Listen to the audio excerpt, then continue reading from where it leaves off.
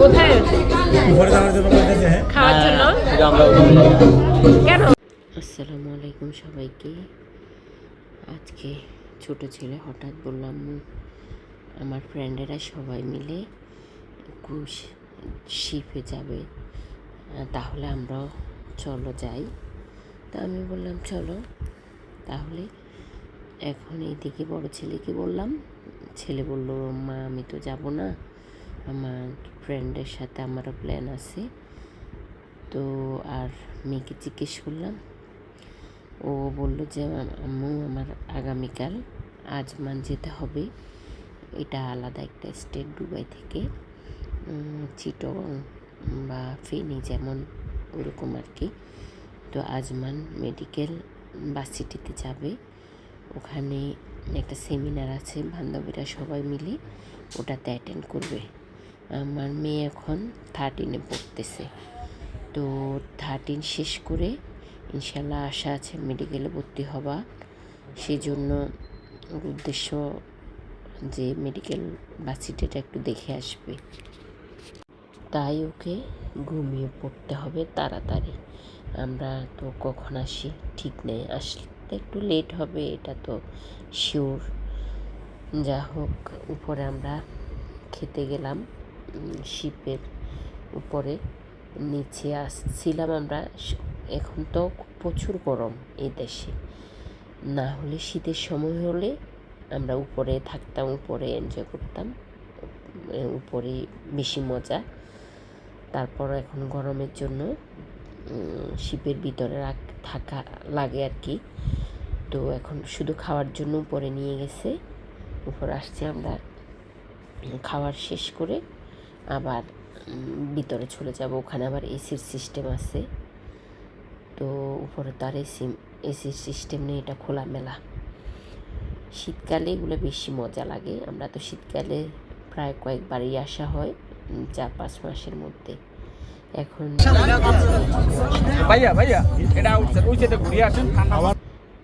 ছোট ছেলেকে নিয়ে আমরা হাজব্যান্ড ওয়াইফ আসলাম।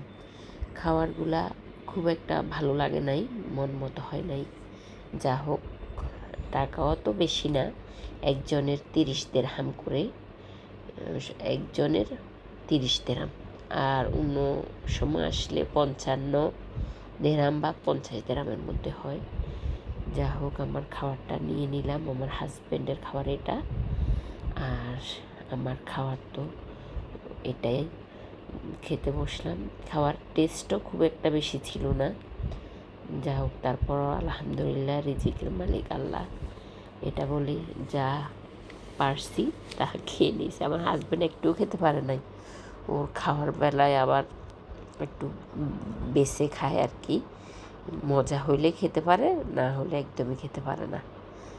আমি তাও কোনো রকম ম্যানেজ করতে পারি আলহামদুলিল্লাহ। বাচ্চা বলল, আমার ছেলে বলল ও খুব একটা খেতে পারে নাই আম্মু, একদমই ভালো লাগে নাই, স্প্যাগেটিটা একদমই বাজে হয়েছে। যা হোক আলহামদুলিল্লাহ, এইটুকু খেলাম আর এটা খেতে পারলাম না, আলহামদুলিল্লাহ। তারপরে সব মিলে আস্তে আস্তে কত দূর এসে গেছে। এই যে হায়দ্রা এজেন্সি দেখা যাচ্ছে, এটার অপোজিটে আমাদের বাসা। আর আমরা সাগরের মধ্যে আসাতে আমরা এই পাশে পড়ে গেছি। কত দূর থেকে আমাদের বিল্ডিংয়ের আশপাশ পর্যন্ত চলে আসছে, আসলে বোঝাই যাচ্ছে না যে কোন ফাঁকে এখানে এত দূর এসে গেছি। এটার পিছনে, হায়দ্রা এজেন্সির পিছনে আমাদের বাসা। খাওয়া শেষ করার পর দেখতেছি একটু গরম ফিল হচ্ছে, তো বললাম যে কি আচ্ছা আমরা নিচে চলে যাই, এখানে গরম লাগতেছে। তো নিচে চলে গেলাম, আমার হাজব্যান্ড, আমরা সবাই চলে এসে, যারা যারা আসছে। এখানে আসলে আমাদের পরিচিত বলতে কেউ নেই, বাচ্চার ফ্রেন্ডের মা বাবা, ওদের সাথে আমাদের এই প্রথম দেখা, আগে আর কখনো দেখা হয় নাই। সবার কাছে একটা অনুরোধ থাকলো, আমার চ্যানেলটার পাশে থাকবেন, আমাকে সাপোর্ট করবেন।